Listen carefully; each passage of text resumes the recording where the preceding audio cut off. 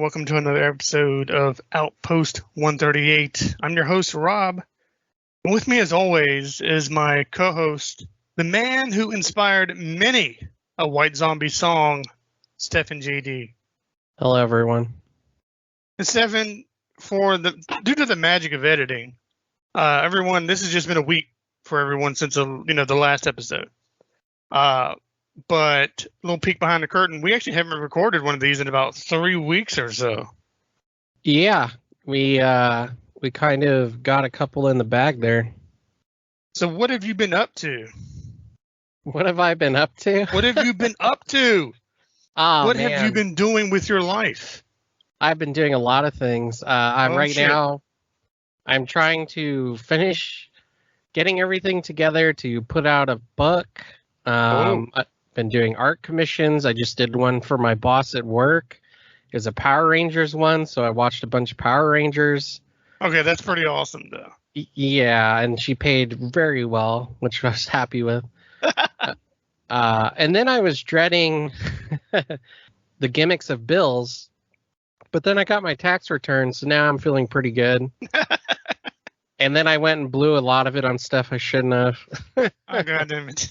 But not a lot. Just like a couple $100. Nothing big. Nothing big. Yeah. And then, so, I mean, just a bunch of other stuff, editing. I got my own channel on YouTube that I did a video for. And then I did cross promotion with a friend on his YouTube for my book. And then I got interviewed by a website that's going to put out a review of my book. So shit. You're a sellout. You're a big name now. So yeah, I've just been doing a lot of stuff and trying to get to a point where I can take a break and not do jack shit. What have you been up to, Rob? Yeah. Well, my life has been less exciting because all I've been doing is I recently finally got my hands on a PS5, and I have, in less than 3 weeks, put in over 100 hours into Assassin's Creed Valhalla, and I think I have an addiction. Yeah, that sounds about right. But, I mean, I don't even like Assassin's Creed. I just like being a Viking. I think I platinumed Odyssey at 92 hours or something, 82 hours. God damn. Yeah. I mean, I've played a few of them, but the only one before this one that I really enjoyed, and I've beaten it twice, was Black Flag, because I got to be a pirate. Yeah, I played I played 1 through 3 Odyssey. That's it. I played 1, 2, and these 2 that I just mentioned. Gotcha. On to our topic for this episode. Today we will be looking at the very bizarre horror comedy, Spider Baby, a.k.a. the maddest story ever told. Yeah. It is I remember the first time I saw it 20-odd years ago. I was like, because I was expecting straight horror, and it's not. It's obviously a horror comedy, but the comedy is very, very dark. It's almost dark, so dark that I could almost not even call it comedy. Yeah. It's from 1967, and let me preface this thing by saying, if at any time in this video you hear me, the audience hear me go, yeah, yeah, yeah, after one of us says Spider Baby, it's because that's the White Zombie song, Spider Baby, yeah, yeah, yeah. I didn't know that. Well, that's how I got introduced to the movie, because it's on their album La Sexorcisto Devil Music Volume 1. And it's a song I really, really like. And back then, when the internet was brand new, or at least in my house it was, I would go to a heavy metal chat room. This was about 1999. And there was a guy who knew what all the references and various White Zombie songs were, what movies they were referencing. And I would ask him, and he would tell me, and then I would either see if my aunt had it, because like I said, she was big into horror. I would see if my boss at the comic shop had it. And if neither of them did it, I would go on eBay and buy a bootleg VHS of it and watch it. Sounds about right. Yeah, so that's what I would do. And, I asked, and I'll never forget the guy's name was Dragon Lord 77. And he was like, yeah, it's a horror comedy from the 60s. And I was like, all right. And I think I got it from my boss. I think he had this one, and I watched it, and it stuck with me. Like I said, that was 20-some years ago. Yeah, well, it kind of stuck out to me like as a peculiar choice, first off, because I'd never heard of it, strangely enough. And then when I realized who was in it, I was like, oh, wow, now I really am surprised I've never heard of this because it has Lon Chaney in it. And, he's sadly, well, I should say, like, happily, he created one of the Universal monsters, the Wolfman. That's what he's known for. Yes. But the second thing, sadly, that I think he's known for is being a drunk. Yeah, a raging alcoholic. Yep, and he had a drinking buddy by the name of Broderick Crawford, and they would go around the Universal lot, and they were actually just known as the Monsters because they had drunken behavior that would usually result in bloodshed. Damn! Guess he really was the Wolfman. Holy shit. Yeah. So, the thing about Lon Chaney is he had a lot to live up to because of his dad, because he's Lon Chaney Jr., and as we all know, is the Phantom of the Opera, Hunchback. I mean, what else did he play? Lon Chaney Sr.? Yeah. Those are the two that stick out in my mind. Yeah, he was like a man of 1,000 faces or something. Yeah. And Junior did really, really well, but it was always the shadow of his father. Mm-hmm. Yeah, which I'm wondering if that resulted in his drinking in some capacity, but either way, when I looked at his movieography, like he did like 20 movies a year, and this just happened to be one of them that year. Yeah, and it also stars a young Sid Haig, who is very young, especially when you compare him to his most famous role of Captain Spaulding. And that always tripped me out in that obviously Rob Zombie watched this movie as a kid, liked it, and then years later ended up getting to direct him in his own movies. Mm-hmm. Which, that'd be like, us having grown up to be a movie director and getting to direct Kane Hodder or something. Yes. That's nuts to me. And what I've mentioned this on the show before, I think, I've met Sid numerous times before his passing. He was just the sweetest man. And he always plays like the worst people. Yeah, didn't he die recently too? Because I know I saw him at a horror con. I didn't go up to say hi or anything, but I saw him sitting there like 10 feet away from me. Yeah, he passed in 19. Okay. No. Yeah. It was either 19 or 20. I want to say it was 20 because I did see him recently. But I got to, because he did a lot of work for Scares That Care. And in fact, one of our beneficiaries every year is known as Sid's Kid, because Sid loved children. One of those. So every year it's a different child that we help with the money.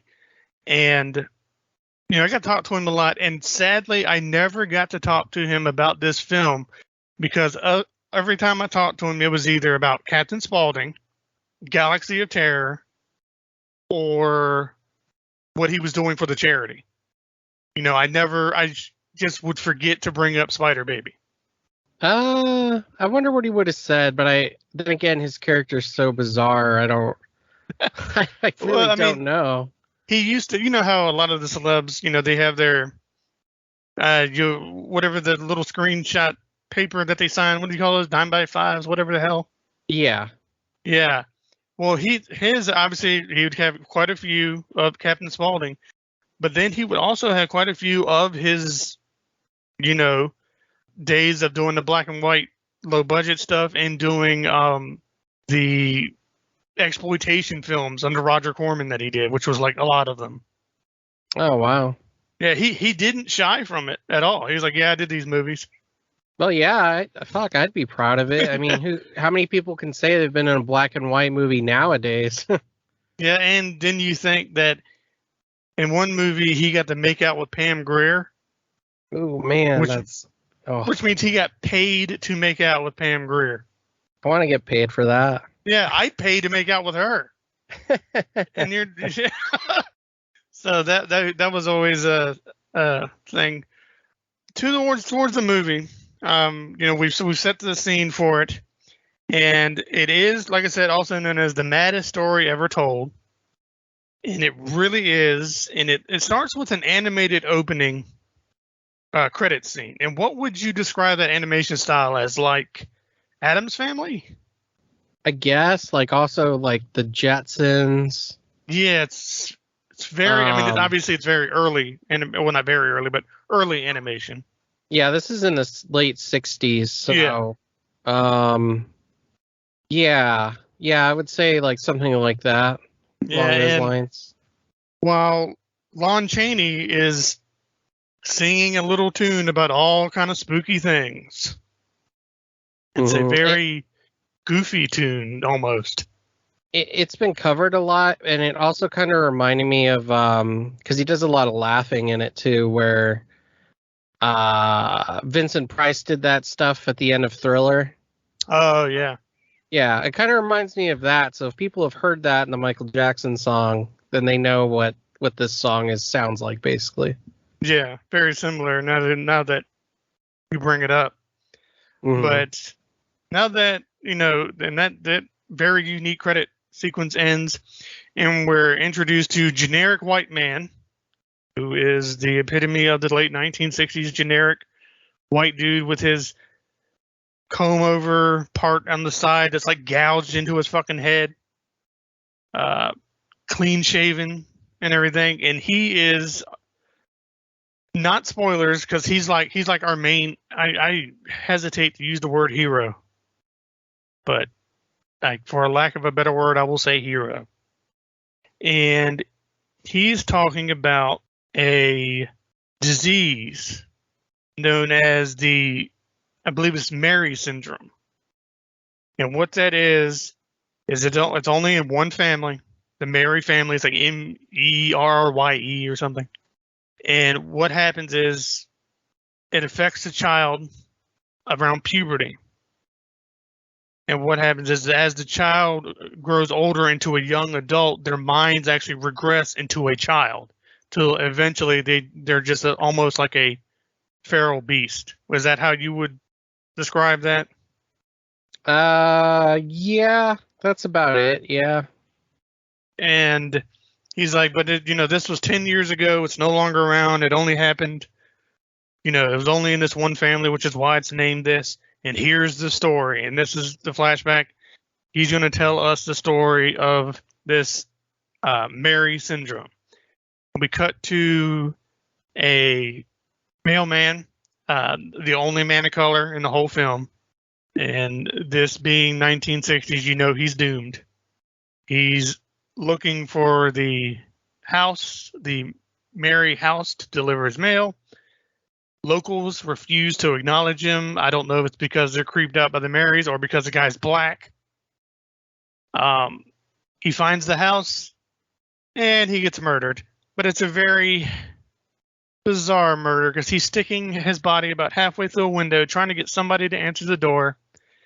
And Virginia, a.k.a. the Spider Baby, throws a small net on him, takes out 2 butcher knives, says she's going to give him the spider's sting, and relentlessly slashes and stabs him to death. Mm-hmm. Yeah, you don't really get to see it. It's very bizarre in the way it happens, and it's probably the only part of the movie that I was kind of like, yeah, par for the times. Yeah, but the only thing you really get is you don't see it, but his ear falls to the floor. She severs his ear and she takes it and puts it in a matchbox. Mm-hmm. And that's about as gory, if you want to say, that it gets for that scene. We have that, and then we're introduced to, that was, like I said, that was Virginia. She's the Spider Baby. Then we have her sister, Elizabeth. Now, both of these women are in their 20s, but they clearly act like they're, what, 7, 8, around there? I know. And Elizabeth she's considered the mature one of the three kids. So I guess that means she's the youngest because she hasn't regressed as much as the other two. Then we have Ralph, who is Sid Haig, and he's not mute, but he can't communicate with words. He understands, and he understands commands, and he understands language, but he doesn't talk. But he makes grunting noises? Is that what I'm like? I think at one point he says hi. Maybe. To one of the dudes that's snooping in when he's trying to go through the secret passageway later. Oh, yeah. The lawyer guy. Yeah, he's like, hi. Either way, he's obviously the eldest and has regressed the most. He's, I'd hate to say, almost barely functioning as a human being. Mm-hmm. As a beast, he's functioning fine, but as a human being, not so much. Then we're introduced to Bruno, their caretaker, and that's Lon Chaney, who actually, as we discussed, he was a very heavy drinker, and this was late in his life. He actually looks pretty good, I thought. He not only looks good, but I want to say that, goddamn, he surprised me in this role because he's fucking on fire. Maybe he really liked this, or maybe something stuck out to him about this. He was like, all right, I'll keep the drink. I'll put in some effort on this one. Yeah, and when we say he was an alcoholic, let me put it in perspective. Let me paint a picture. They actually put a hose in his Wolfman outfit that he could bring out and sip from while he was filming and shooting in the makeup. That's how much of an alcoholic he was. I admire the man's dedication. Yes, and that's pretty bad. Yeah, but I mean, it's no secret. He, for whatever reason, he was killing it in this role in this movie. Yeah, he was. Yeah, he's to me, him and Virginia steal the show. I would say Ralph is the only one he's not on screen a lot. Sid Haig's character, which is fine because he doesn't need to be. But I would say they all have good chemistry together. But he specifically talks to the sisters more for obvious reasons. Yeah, because Sid can't communicate. So anyway, Bruno gets home and he's like, "Oh shit, they done murdered the mailman." So what he does is he wraps up the body of the mailman, and he's going to hide the body. And doesn't he dump it in a hole in the cellar? And there's something in the hole that we don't know? Yeah. Yeah. Yet. We don't know yet, but that's how he gets rid of the body. And then I think it's Sid Haig. Yeah, it's Ralph. He gives Bruno the letter that the mailman was going to deliver. The letter says that distant family of the Merrye clan are coming to visit. It's going to be a man and a woman. I think they're like, what, cousins, second cousins? Mm-hmm. Something. They're distant enough to where the disease does not affect them. They're not in that branch of the family. As far as they know. As far as they know, correct. And Bruno is like, oh shit. Yeah, and it's not like they're like Addams family like where they pretend to be. Like obviously Fester was really Gomez's brother, but you know what I mean? Like it's not like a twist where they're not family. They are family. Yes, they are blood. Yes. But now Bruno's like, oh shit, because you can, I don't even think he says that yet, but you can definitely get the feeling that he's been hiding these kids from society for decades. Trying to keep society safe from them and them safe from society. Right. And they live on a big property in a mansion. Yes. And it's surrounded by fields and like a gate and everything. And He does keep them inside specifically for that reason. Yeah, it's better for everyone. Mm-hmm. But he's like, it's too late because by the time Bruno gets the letter and reads it, it's today. The people are visiting today. And it is Peter and Emily. And Peter is the guy in the beginning who's telling the story, sitting in his chair, looking generic as hell. Yeah. And also, not with them, but in another car coming shortly, is the lawyer. Is it Schlotzkin? Yeah, something like that. Who has a Hitler mustache? We'll just straight up say it. It's a push broom Hitler mustache. And his young, pretty assistant, Anne. Mm-hmm. And what they're going to do is they're going to try to, through legal means and loopholes, get Peter and Emily are going to get the mansion and the grounds, and if there's any money, get that too. That's why they're going, and that's why the lawyer's with them or is coming along shortly. Yeah, and we should say that the lady is played by Carol Omart, who was also in House on Haunted Hill with Vincent Price. She was the main chick in there, the wife. And my God, is she pretty? Yeah, she's pretty. Oh, my word. She is, and she's also a pretty good actress, and I'm glad to know that, because a lot of actors back then, like if they did something, they like horror or something, genre specific, sometimes they would get stuck in it, or sometimes they would just hate it and never go back. And thankfully, she enjoyed being in horror movies, so that's awesome. Yeah. So then the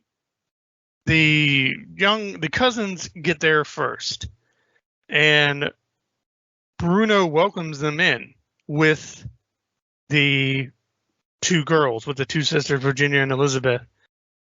And Emily is definitely put off by the whole creepiness of literally everything.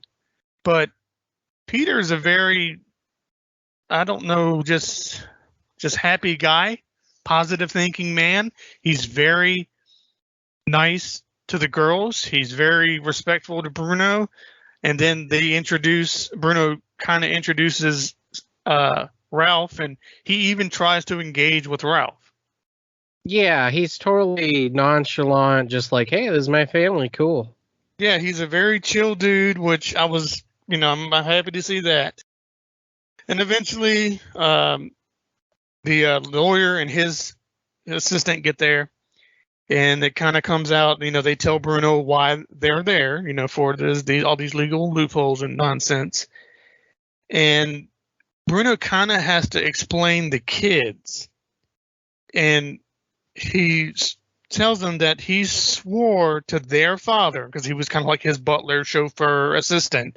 He swore to their father that he would always look after these kids, that he would always take care of these kids no matter what. And he's kind of taken that to the extreme, because, like I said, these kids are killing people when they can, and he's just hiding bodies.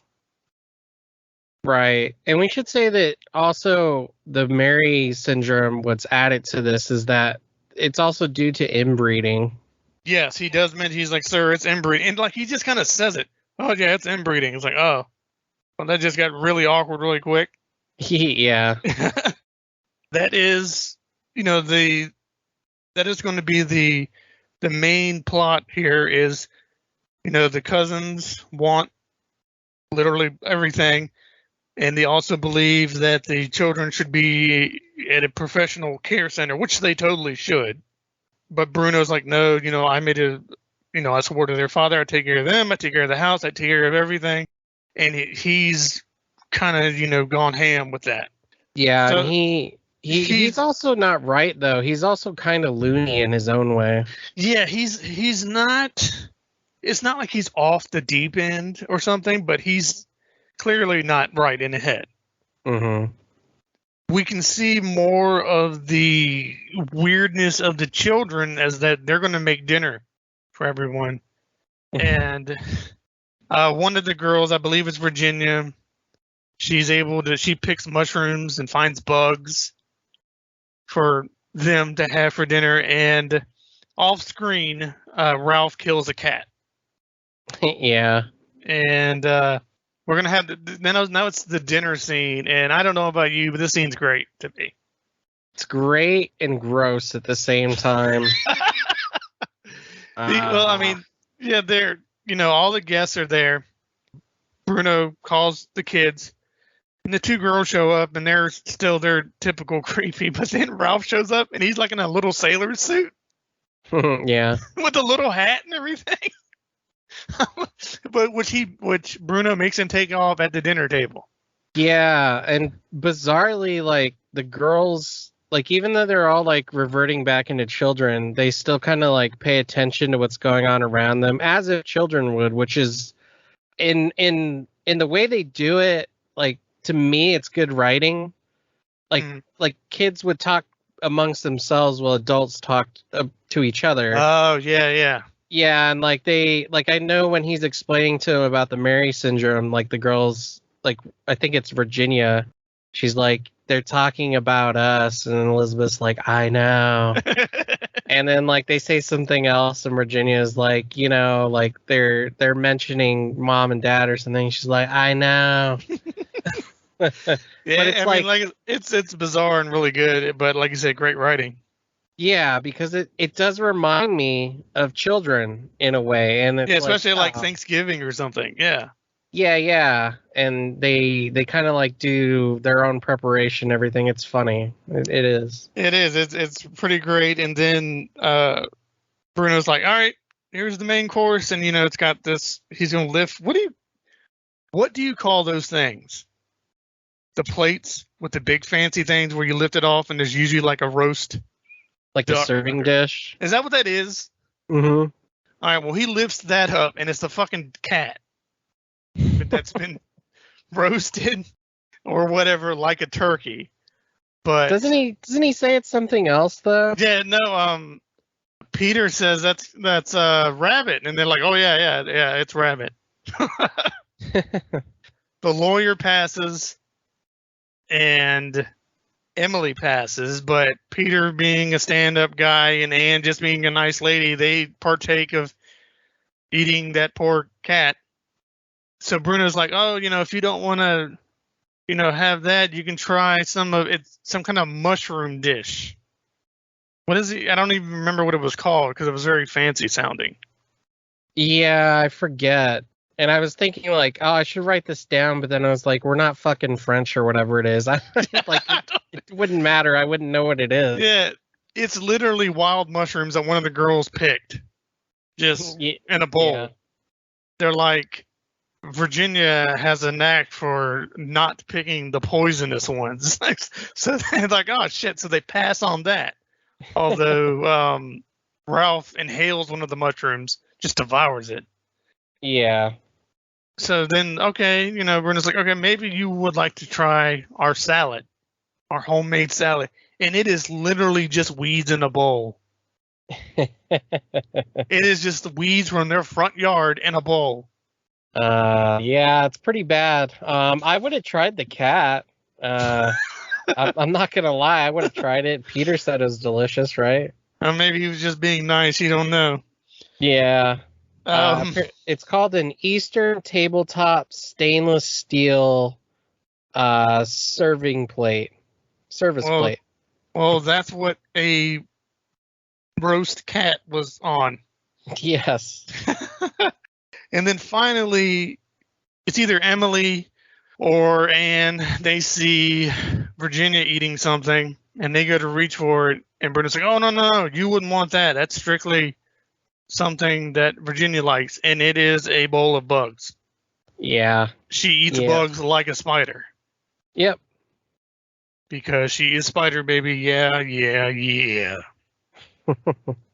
So after that amazing scene, Ralph goes to do something in the kitchen. An old Hitler lawyer is kind of creeping on him and looking, like you mentioned earlier briefly.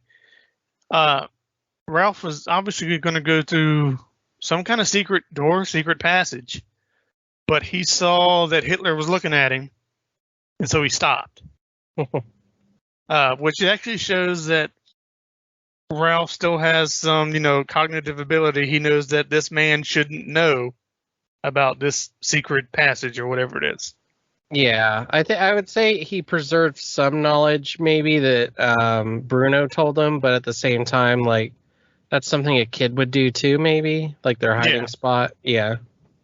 And something we really need to push is that you've seen it. From Bruno is he genuinely loves these kids. Mm-hmm. Quote kids. He thinks the world of them, and he's not doing this because he thinks when the kids die he'll get money or something or whatever. No, he genuinely loves these kids. Yeah, it's the heart of the movie, the very dark, weird heart. So now they're going to be like, oh, we're going to stay the night, and Bruno's like, no, we don't have enough room. Like, you should totally leave. And nonsense, we'll stay. And after some bickering, it ends up that Emily and Hitler are going to stay, and Peter and Anne are going to go into town and stay at a hotel room. Yeah, you know why Peter wanted to take Anne into town. Well, I mean, we know, yeah. Yeah, he wanted to bang her. This is like, and it's funny how they do it because this is like 1960s, like, hey, how about a nightcap? And then like, he does. It's just how you courted women back then, apparently. And apparently it almost worked.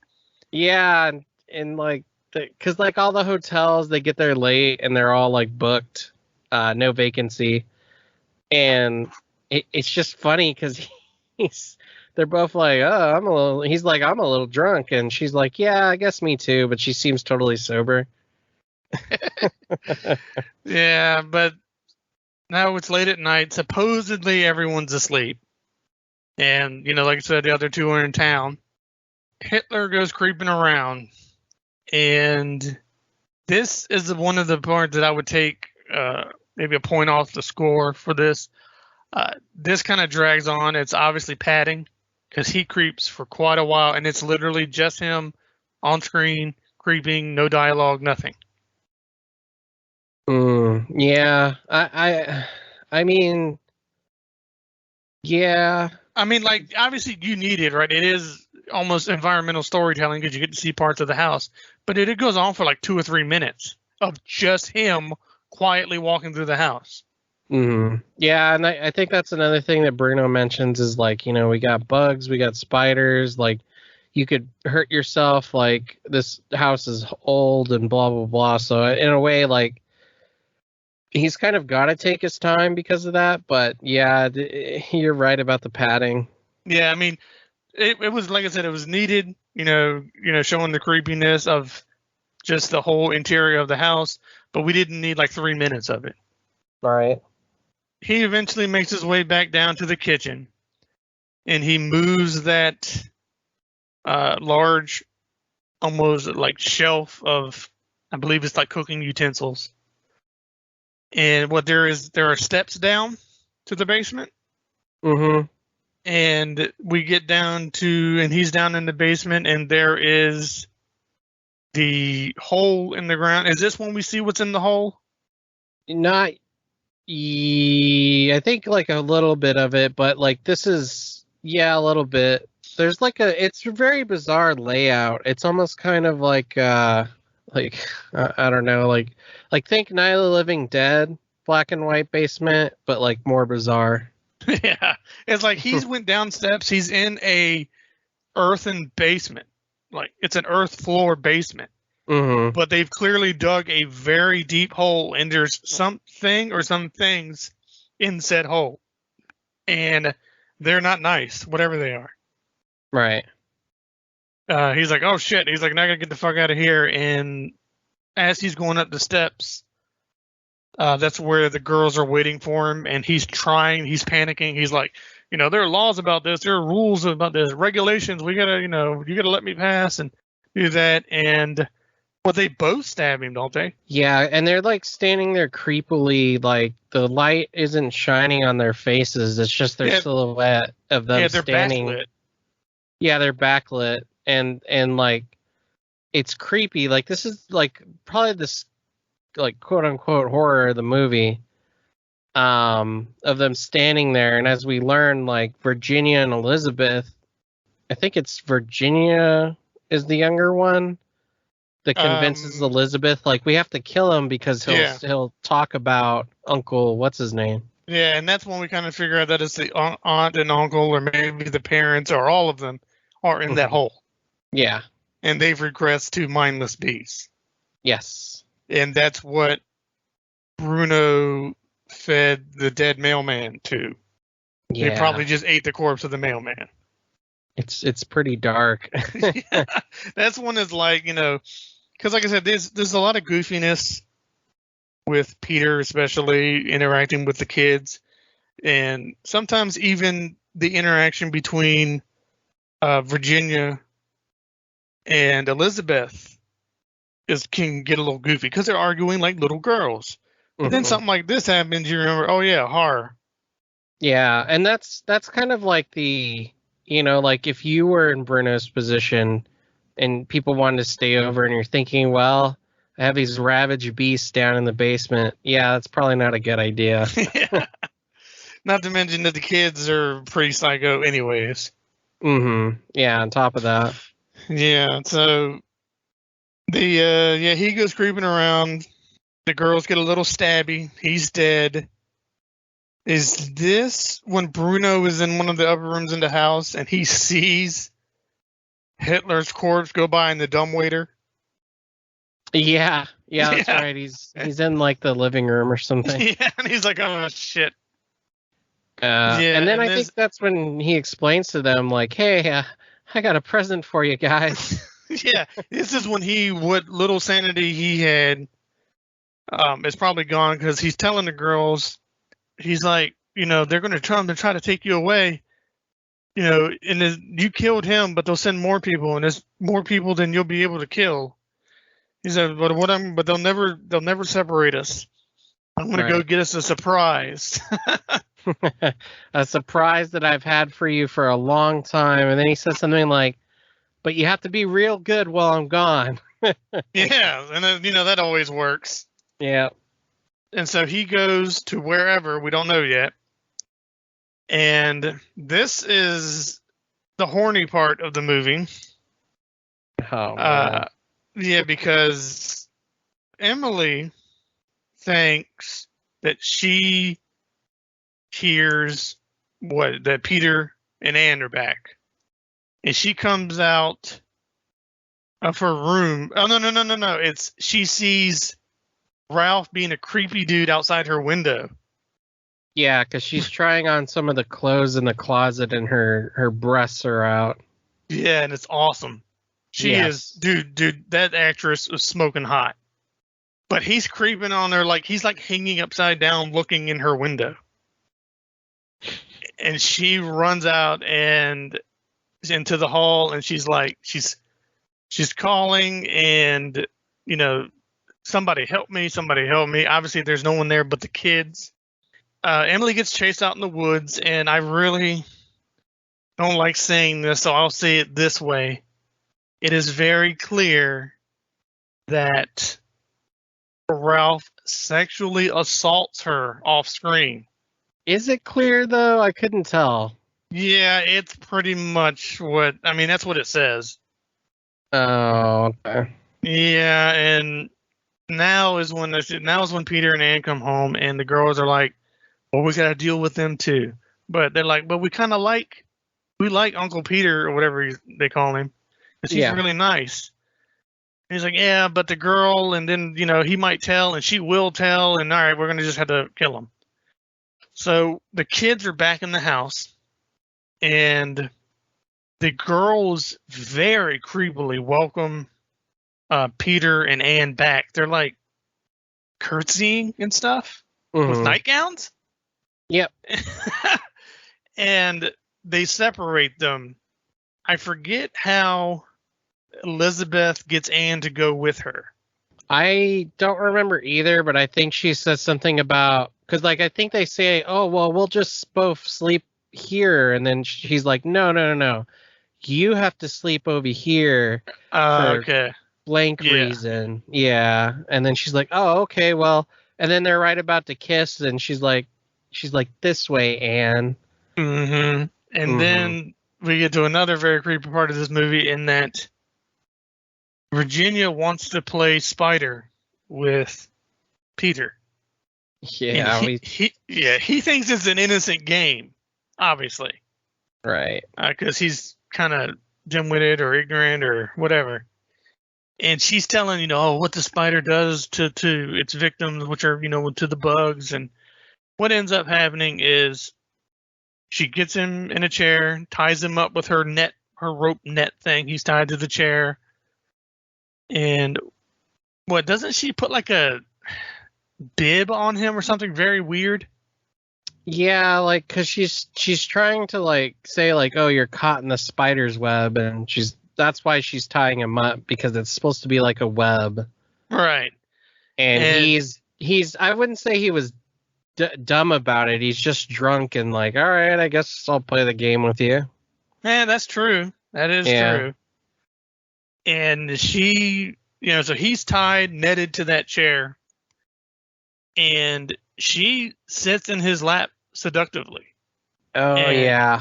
Yeah, and is very much getting sexual with him. And, like I said, well, first, they're family, so ew. And second, inbred. Yeah. Second, she is of age, but she has the mind of a child.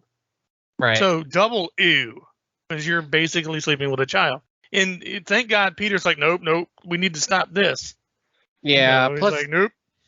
She kind of like f's it up herself in a way too, because she's like, you like Anne, huh? And he's like, well, yeah. She's like, well, do you like me like you like Anne? And then that's when he's like, oh no. Yeah. Luckily, my boy Peter doesn't get really, really nasty. But yeah, he's probably the most likable character in the whole entire movie. That isn't Bruno. Well, yeah. And while this is going on, Ralph has grabbed Anne from behind and is keeping her like mute, or he's got her hostage basically. And just as Virginia is going to give Peter the spider sting, which is the stab with the kitchen knives, Elizabeth shows up and is like, kind of waves her to her, like, come here. And she's like, we need to know, what do we do with this lady, right? What do we do with Anne? What do we do with the pretty lady? Because they're down in the basement with her, right? Yeah, and I don't know if like Ralph, it's also like hinted that he's sexually groping her, but he's clearly ripped open her shirt and her breasts are hanging out. Yeah, and that's like I said, it's you got this goofiness with Peter, and then all of a sudden there's rape and there's molestation, and it's like, ugh. So, anyways, yeah, the maddest story ever told.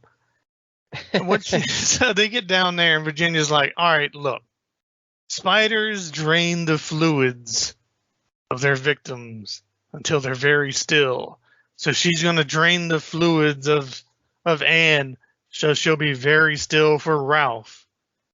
And the way she's going to do that is to take a hacksaw and hack off one of her feet. Yeah. Yeah. While down in the basement, of course, she's struggling and squirming and everything. And during this time, Peter's upstairs, and he actually manages to get free of the spider's web. Well, yeah, it's quote unquote actually, spider's web. It's actually a little actiony, and I appreciate it because it does two things. Like earlier in the movie, it was set up that in her drawer, she actually has tarantulas like in there as pets. Yes. And when Peter goes to get the knife on the drawer. That's when the tarantulas come out on top of the knife that he's reaching for while tied up. And it's like, oh, that was a nice setup. So again, the writing, not too bad. Yeah, right. And I would like to point out that a tarantula is almost never a threat to a human and will not just bite you randomly. No, and even if they did, it's barely going to hurt. Yeah, it'll sting for a little bit, but it's not going to kill you or anything like that. Tarantula to humans, they're not very dangerous. Yeah. I recently read an article where a lady actually has kept a foot-long spider in her house for over a year now. Huh. And she named it like something like Sadie or something. Like good old Sadie. Yeah. And she's like, yeah, it's completely harmless. Never once bit us or anything. I'd find her crawling everywhere over the house. Spiders are harmless. For the most part, yeah. I'm thinking that's cool, but I don't want it in my house. But, so he's free. He hears the struggling, the screaming. He runs down to the basement, and there's the kids trying to cut off Anne's foot. But also coming in is Bruno. Bruno has got his surprise, and wouldn't you know it, it's a box of dynamite. Yes. Like a large box of dynamite. And what's great is when Peter gets down there, Bruno has got the kids to stop trying to kill her, drain her fluids, and has them enraptured with this present, this gift. And they don't understand what dynamite is, but they're enthralled by it. Mm-hmm. Peter comes down, and he's like, and what's great is Bruno clearly off the deep end. He's going to blow everything up, but tells Peter in the most respectful way, sir, you should get Miss Anne, and get away from here and get to safety. Yeah, because I think he's already lit the dynamite fuse. Yeah, he's like, sir, it's not like what you would kind of expect. I'll blow this up and take you all with me, everything. No, you and Miss Anne should get to safety, sir. It's like, in a weird way, it's very Bride of Frankenstein, where it's like, go now. Oh, it is, yeah. We die. Actually, yeah, because even though, Peter is there and he's picked, because Anne, in the struggle, she fell into an open casket, and that's just there. And he helps her up, and while all this is going on, the very demented relatives, aunts, uncles, mom, dad, whatever, they have come up from the hole, and one of them looks like the Wolfman. Yeah, this is supposed to be the horror part, and I gotta say, like it's like they don't show it very long. Like there's no shots that stay on the monsters too long, but when they do show them, I don't want to say it's creepy, but it's interesting to look at because you're like, ew, like they're these hairy beasts. Yeah, they've regressed into beast, so like creatures, and this is a kind of an odd pull, but if anyone knows what happens to the villagers in Bloodborne, it's kind of like that. They've regressed into beasts. Peter grabs Anne, they're running, and as the dynamite is slowly going down, it's going to blow up. I believe it's Virginia's like, what's it going to do? And Bruno's like, it's going to make a bright flash. And they get away, boom. And, that's everybody dead except for Peter and Anne. Yeah, but tell the last part of the movie, because this is one of those stingers where you're just like, yeah, all right, that's cool. Yeah, because we cut back to Peter, and he's in his chair, and that's the story of the Merrye Syndrome. Luckily, my branch of the family doesn't suffer for it. Now, me and my wife, who is Anne, we have our daughter, and she's perfectly normal and not creepy at all. And a little girl, and her daughter, comes out, and she asks Mom if she can go play outside. And yeah, she go outside and play. She goes outside and immediately starts staring creepily at a spider. And that's the end of the movie. And that is it. It is just cut right there. And so it is very much hint that the disease lives on in her. Yeah, which is pretty badass. I honestly did. I want to say I did feel bad for Anne and Peter, though, when they came back inebriated and they were unaware that everyone was dead. Yeah. The movie actually did make me feel bad for them because it's like, no, don't, no. Like, Well, I mean, thought Anne I was didn't feel gonna bad for die. the lawyer. Yeah, I mean, lawyers, I mean, they're meant to die, right? Yeah, I mean, I felt awful, for the mailman. Obviously, poor guy. He was just trying to do his job. Yeah. Peter and Anne, obviously, they survived, but I felt bad what they had to go through. And poor Emily, was. Mhm. Oof. And I felt sorry for Bruno too. Oh yeah, we didn't say what happened to Emily after she got Oh, raped. She go goes ahead. down. She kind of helped freeze Anne, right? Because she like attacks Ralph for raping her. Yeah, according to the explanation, she has, because of the sexual assault on her, it's like broken her. Yeah. And she runs back to the house and she attacks Ralph. The girls try to stop her, which then Bruno comes in with the dynamite. Then comes Peter.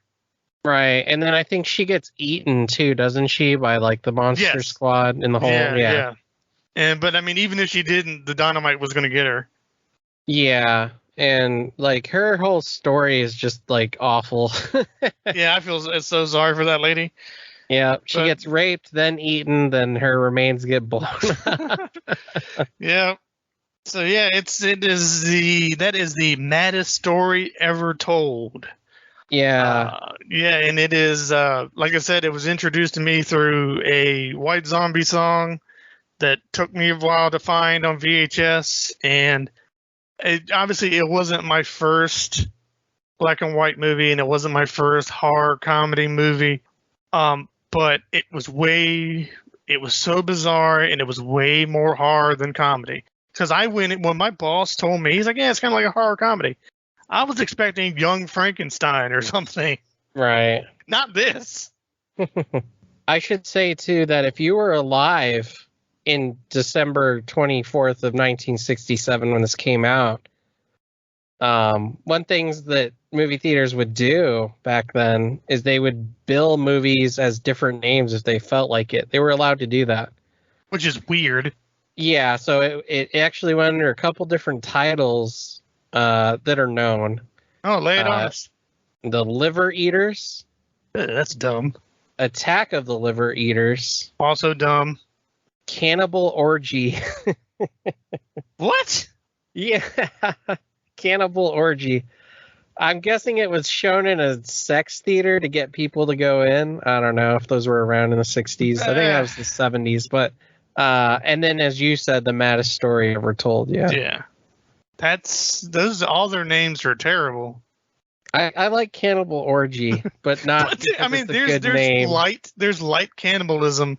There's no orgy. No, unless they're referring to the eating. But and you said Sid Haig had also made out with Pam Grier, right? Yes. And that makes sense because something else I looked up was that this was directed by Jack Hill, and Jack Hill is actually known for directing Foxy Brown, starring Pam Grier. Yeah, so that checks out. That is fantastic. And I also like to say that Sid, movies that he did in the Philippines, and that era, very the exploitation films. He plays a sleazy character. The movie's called Wonder Women, and no, it has nothing to do with Wonder Woman. But he plays a sleazy character, and they riffed it on Riff Tracks, which is the spiritual successor to Mystery Science Theater. And Sid appears on screen with this creepy smile, and one of the guys goes, "Man, he's got a smile that could light up an adult bookstore." That's pretty good. And that's even funnier to me because, like I said, to me, the Sid that I interacted with those times, he was just the sweetest old man. Yeah. But so this was the first time you seen it, like you said. You never heard of it. What are your takeaway? What's your score? What's your takeaway? Your experience? So I actually am, like Rob, a fan of black and white horror. I know a lot of people are like, oh, it's black and white, so obviously it's boring and bad. No, it's not true at all. Yeah. That's far from it, man. Mm-hmm. Like people always put as much effort into, movies back then as they do now. It's just that they were shot differently. Obviously, they used different technology. But that doesn't mean to say that they were lacking in any department, whether it was acting or, cinematography, even for black and white, like stuff like that. Like there's night shots in here that look really creepy and good. Yeah, especially the backlit shot of the girls at the top of the stairs. That was one of my favorite shots of the movie, maybe the best shot of the movie. But, like we said, Lon Chaney Jr.'s acting in this top notch, man. He killed it the whole time. It might be one of his best performances that I've ever seen. It's certainly better than the first Wolfman in terms of like how he got more like, because in that one he's kind of like a one note character, like, I'm gonna turn into a wolf, help me. That's it. With a quick place by Bela Lugosi playing a character named Bella. Yeah, a gypsy. Yeah, named Bella, who was probably so fucked up on heroin by then he didn't know what he was doing. Yeah, you could have called him heroin, and he probably would have been like, "Yeah, it's me." That's probably why the character was Bella, because he only knew his own fucking name. Yeah. But yeah, no, I genuinely had never seen this before, and I went into it, just with an open mind. I didn't set my expectations high or low, and I got to say, I would give it like a 9 out of 10. It's almost a near perfect movie, in my opinion. Same. Yeah, it is.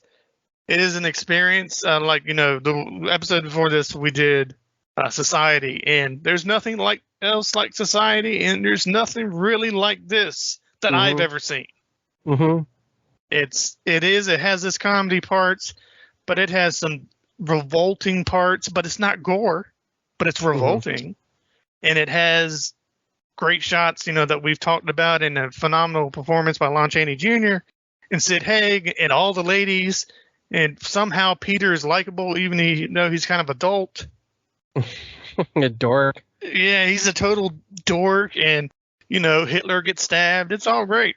Yeah, and the idea, just the concept of the movie, it's just like so bizarre and interesting that like I would want to rewrite this and remake it again, but I know I wouldn't do it justice. But it's like a guy with these inbred kids who's their caretaker, who lives in this mansion with these inbred adults, their family possibly, in the basement. And then these relatives, long distant relatives, come to see him to take over the house. And it's like, what a bizarre, crazy idea, but I love it. Yeah. Makes me wonder how much weed was smoked when they were writing this. Especially, it could have been not just weed, because we're talking the 60s. Mm-hmm. So flower power. Yeah, there was a lot of stuff floating around out there then. A lot of new drugs to try. Yeah. So, like I said, a 9 out of 10. The reason I don't give it a 10 is obviously for the black man at the beginning. Yeah, that poor dude. Yeah, and then the dude taking forever to search the house. Mm-hmm. And then the actual like weirdness of Ralph and raping women. It's just weird. But like, it's weird and it's awful, but it does add to the movie. It does, and that's why like I'm not completely knocking it. I just think like the movie doesn't specifically lay it out like, is that what happened? Like, it's letting you decide. Yeah, and no matter what you go with, whether it was full-on rape, sexual assault, attacking and groping, whatever it is, it made sure that you knew that Ralph is terrible. Right. Because you could almost feel sorry for him, because it's like, man, he's literally a big kid. He's a mentally retarded adult. His mind has stopped. But then he does that, and you're like, oh, okay, it's fine that he blows up. And then he blows up. Yeah. Yeah. So yeah, and like I said, it all started because I like White Zombie. Yes. Yeah. That was our episode for this week, which, like I said last week, this was a different one for out of left field. Well, what would you rate it, Rod? Oh, 9. It's 9, yeah. Oh, 9 out of 10? For the exact same reasons you. The dude taking too long. And the only portrayal of a man of color, he's kind of, is this ignorant, mailman that immediately gets murdered. Mm-hmm. Because there's no way, I don't care what color the person is, what sex or gender they would be. No mailman's going to poke their head through the door, be like, hey, anybody here? Yeah. Unless it's like fucking Leave It to Beaver or something. I would say even more so that if he's a black man in the 60s, right? Yeah, he would know better. Like, no. So, yeah, that's it. But, Stefan, before we do our sign-off, what have we got for next week? So I was going back and forth. In fact, as a matter of fact, my original pick for next week, I had already watched the whole thing, taken notes, everything. And then I thought of this other movie, and I was like, oh, no, yeah, let's just do that instead. Okay. So the one that I did watch, I'll save for later. But okay. The one that we're going to do next week is going to be 1989's Sweet Home. Oh, Sweet Home. Yeah. Yeah, that, if anyone doesn't know, that is based on would you say the very first survival horror? So the movie was made, and then the game was made to promote the movie. It became an NES game called Sweet Home that later on would be the reason that Resident Evil was made. So yeah. It was almost like a weird, because Japan actually does this a lot with their promotions. They do a very weird promotion stuff over there with a lot of things, from movies to games, mangas, TV shows, anything. They do cross promotional stuff. So having a game come out that's supposed to help advertise the movie at that time was kind of weird. Yeah, and then it's not only the Wild West but the Wild East in this case, with NES just being like the hot new thing that they would be like, oh, let's make a game out of it. Yeah, and here we're, especially back then, we're used to, here's this hot new movie, so somebody cranks out some shovelware based on that new movie, just hoping that they'll sell enough based on the movie. The popularity of the movie will sell this game. They almost went with it differently with Sweet Home, in that this popularity of this game will help sell the movie. Right. Or the interest in this game, or whatever it would be. Yeah, and I have beaten the video game, and I can say for sure that I absolutely love it. But I have seen the movie once. I vaguely remember it, but we'll discuss it more next week. I have never beaten a game real quick, because that game is hard as shit. So if anyone's going to play the game before they listen to the movie review next week, my advice is to stay in the main hall, level up to level 16, which will take you maybe 30 minutes because you level up fast as fuck in that game. And then you will literally have no quarrels with fighting anything else in the mansion. Yeah, I kept no, we'll get to it next week. Yeah. we'll get it. But anyways, thank you everyone for listening to it. Ramble on about this movie that I think only me and Rob Zombie remember. Yeah, we always have fun doing this, but we always appreciate it for any likes you give us, any comments or questions you give us, and most of all, if you can share it. Share it in any, social media, share it with friends, family. The more people that we get to enjoy this, the more that you can guarantee that we'll do even more and more of these. Yeah. Because we love doing this. We love talking horror, because we'll argue about horror on fucking personal messages. But now we can do it and entertain people. We were arguing yesterday about the new Texas Chainsaw Massacre. Which is a fun slasher. You can go fuck yourself. It was fucking awful. I hate it. You didn't even finish it. Yeah, that's how bad it was. Okay. Oh, see, I really want to talk about that now, but yeah, maybe we'll do an extra. Yeah, maybe if because I know you're super busy right now, and I actually have some shit coming up. But if we can find time, and we can do a quick extra, we won't even talk about the movie, give a synopsis. We'll just argue. Yeah, we're just gonna argue, and it'll be 15 minutes or whatever. That'll be good. Yeah. Yeah, that'll be a fun short. Yeah. All right, anyone. But again, everyone, thank you for listening. And please like and share as much as you can. And we will see you next week. Yeah. Outpost 138. 138.